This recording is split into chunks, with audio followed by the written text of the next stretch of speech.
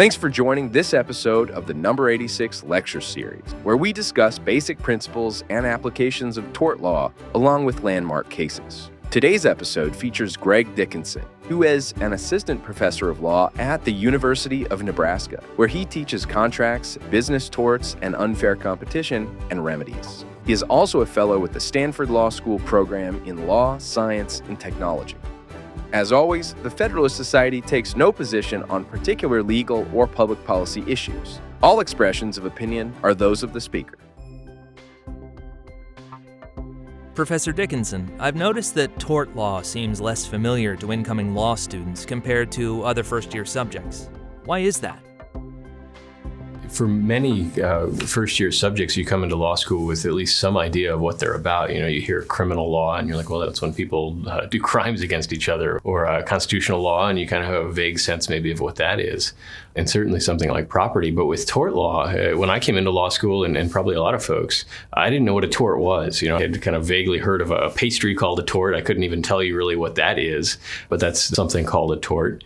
But I had no idea what a legal tort was. I recognize that with my students and orient them to that on the first day. And the way I describe it is through the etymology. It comes from the Latin torcere, which means to twist, and it relates to kind of moral twistedness. A tort is a wrongdoing that someone does to someone else. It's a wrong between two individuals. And it's a special type of wrong. It's closely related to a moral wrong, but the two don't exactly overlap. And so it's a legal wrong. And a legal wrong that causes injury. And so then the law gets involved and says, well, one person was hurt here by a wrong committed by another, and the law steps in and allows a solution through the law of torts. And so from a very high level, that's what tort law is, the law that governs when one person wrongs another. Tort law studies how the law should treat wrongs. When one person does something wrong to another, what are we going to do about that? And tort law's answer usually is, if one person wrongs another in certain recognized ways, then the law says, well, you the person that got wronged, you have a claim, you have a remedy. You can go and sue them and say, you need to make me whole again. You need to fix what you did to me. And that's typically accomplished by paying monetary damages.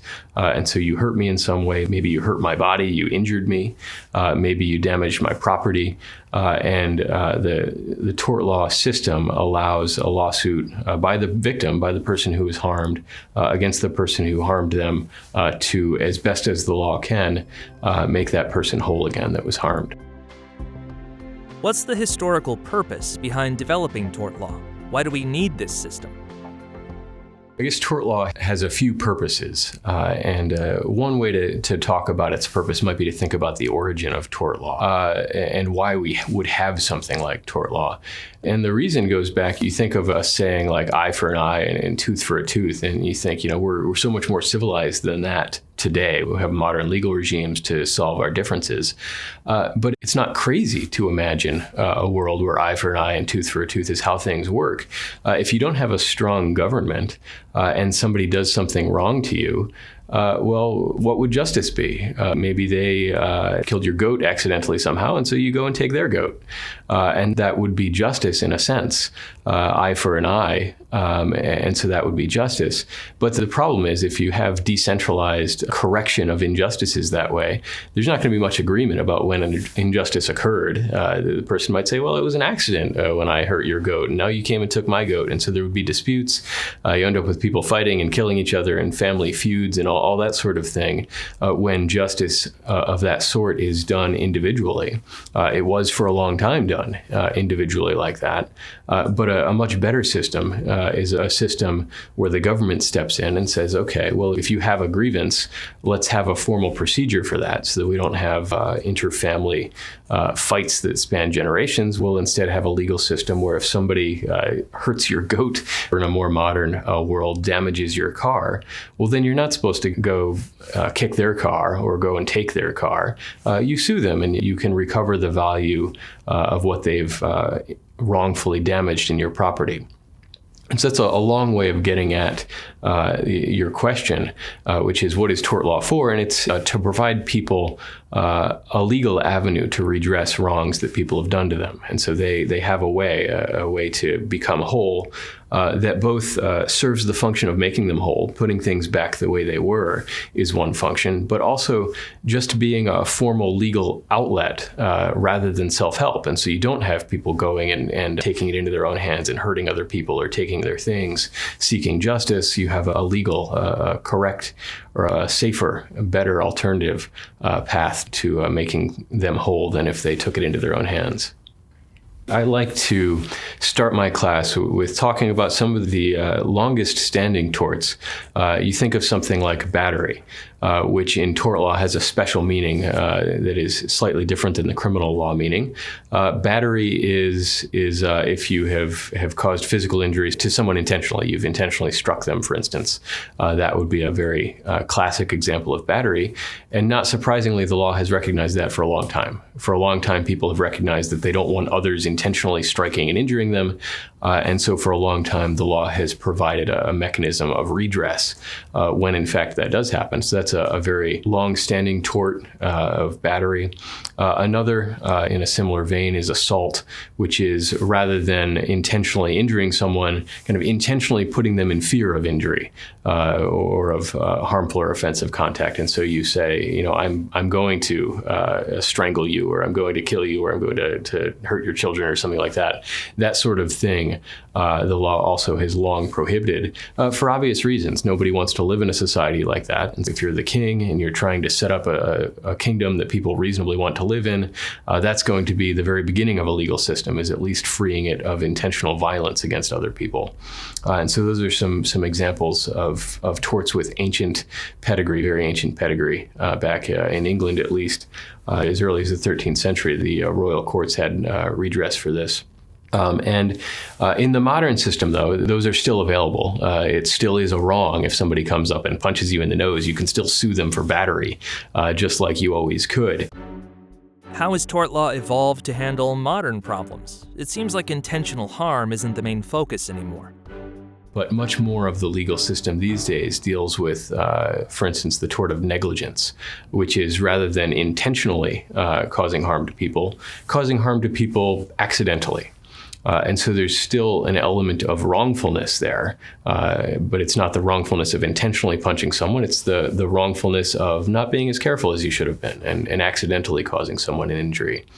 And so broadly speaking, to zoom back out, we talked about the law of torts as the law of wrongs, and usually it is dealing with wrongdoing. It's the rare exception where tort law isn't focused on wrongdoing, but it's a whole host of wrongdoing, from very intentional punches in the noses to kind of careless accidents that nobody would have wanted to cause but accidentally did. So we don't have complete knowledge about how the tort system arose, but we have knowledge going back a very long way. And so I can probably best start the story back in 13th century England. And the way that it started is in contrast with continental system, the old Roman law system, which was governed by detailed statutory law saying, don't do this, don't do that, don't do the other thing. In contrast, the common law system in England evolved through the king for, I assume, the good reason of saying, I don't want random violence in my kingdom. I want people to like me. I want to stay in power. And so the best thing for me and the kingdom and everyone around is if we don't have violence being done by one group of people to another without justice. And so in the 13th century, the English courts began to make available what's called a writ of trespass vi et armis, an old French Latin phrase, which essentially means the king created something like a form document, like you do now. You could, if you did your taxes with the old tax forms, or if you go to the DMV or something, you might get a form document. And that's kind of what this was. It was a form document that said, if somebody has trespassed against you with force of arms, which is what the trespass vi et armis means, if they've done you wrong by force of arms, hurt you or your property, well, then you can complain about that to the king. And in the king's court, you can force that person to show up and explain themselves. And if they can't explain themselves, well, then the judge can do justice and make them fix it for you by paying you for whatever harm was done to you. But what the key distinguishing feature of this, in contrast with other historical systems on the continent, is that look how broad this is. You don't have a system of code law that says if you hurt somebody's goat or you hurt their ox, you pay this. What you have is a very broad system that says you can complain if somebody commits a wrong against you with force of arms. But that's what you get. That was basically the scope of the law as defined directly by the king. And then you had courts that over time had to figure out, well, what does it mean exactly to commit a trespass by force of arms against someone? Does that include only intentional force, or does that include accidental force, accidentally running them over with your cart or something? And so I say that not because we have time to talk about the entire evolution of tort law, but just to contrast it with the civil law system on the continent. You have judges that are given very free rein to develop the law of how wrongs will be corrected. And so that's how it started off, is with the writ of trespass via armis in England, and then judges over time defined exactly the extent claims for which you can recover, the exact context in which you'll be able to get paid for somebody having hurt you.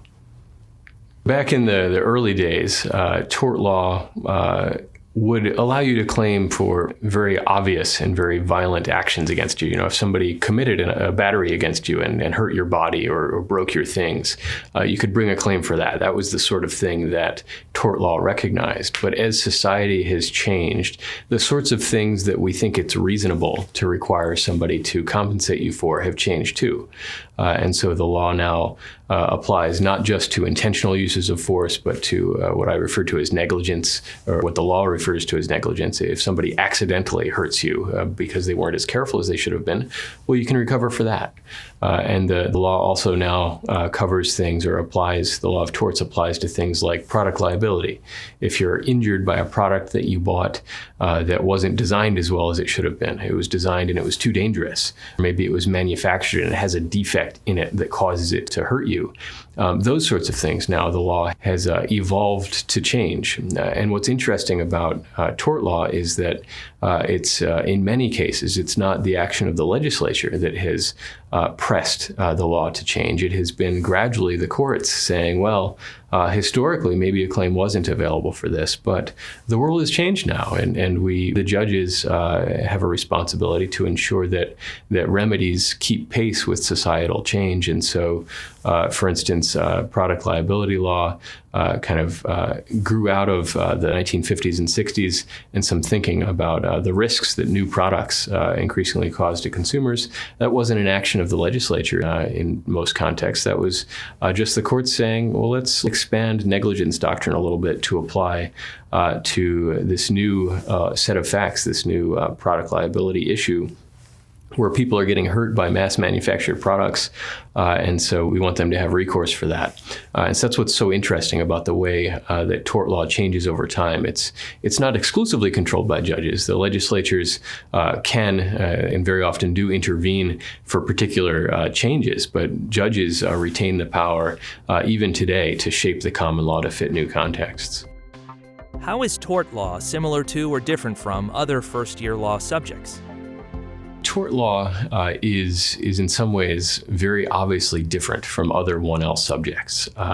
Criminal law these days tends to be very statutory, very statute heavy. Same for constitutional law. You maybe don't have a lot of text, but you're working from a statute.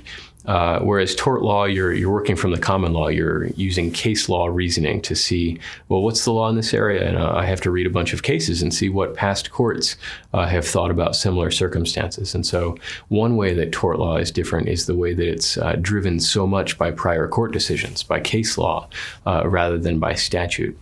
Another key difference of tort law from other subjects is that it falls into a domain of law called private law, which is the sorts of laws that govern relationships between citizens, between regular folks. In tort law, for instance, somebody damages your stuff. They bump into your car with their car, and you go out and you sue them. That's just a paradigmatic example of a tort, because somebody has damaged you or your property. And so the claim is in the realm of private law between individuals. And contract law is the same thing. Contract law is also a private law subject dealing with how folks can organize their affairs. They say, we're going to enter into a business relationship and we want it to work like this. And so it's, again, a private relationship between individuals. Whereas some of the other 1L subjects, I think, again, of criminal law and constitutional law, sometimes administrative law, which those subjects are very much about the relationship between the state, between the government and the individual. If you commit a crime, it's not the victim of the crime that prosecutes you. At least in the modern system, that's not how it works. It's not the victim of the crime that prosecutes you. It's the government. The government comes after you. You get a people versus Professor Dickinson if I commit a crime, because it's the people as a collective, the state, that is concerned to police criminal law. Whereas tort law is different. If you're the victim of a tort, you're the one that's responsible for bringing a claim. You're vindicating your own interest rather than the state vindicating its collective interest in not having criminals in society. And so that's the other key difference I see between tort law and other subjects. I think probably most law students find it to be a foreign field, but many people come in and have lawyers in the family, and so they know a bit of the terminology. But for many, many folks, it's completely new. That's how it was for me in law school. I was like, well, what is a tort? And one way that you may have seen it kind of out there in the news is occasionally you'll have a victim of a crime, somebody gets murdered, something terrible like that. And there's a criminal prosecution. The state comes after them and says, we're going to prosecute you for murder. We think you did it. And we're going to put you in prison. Maybe they are found not guilty by a jury. And so then you often will see another lawsuit. You'll see the family of the victim sues the person who is alleged to have committed the crime. And I always thought that was the strangest thing before I went to law school. Why is that possible? You already got declared not guilty by a jury.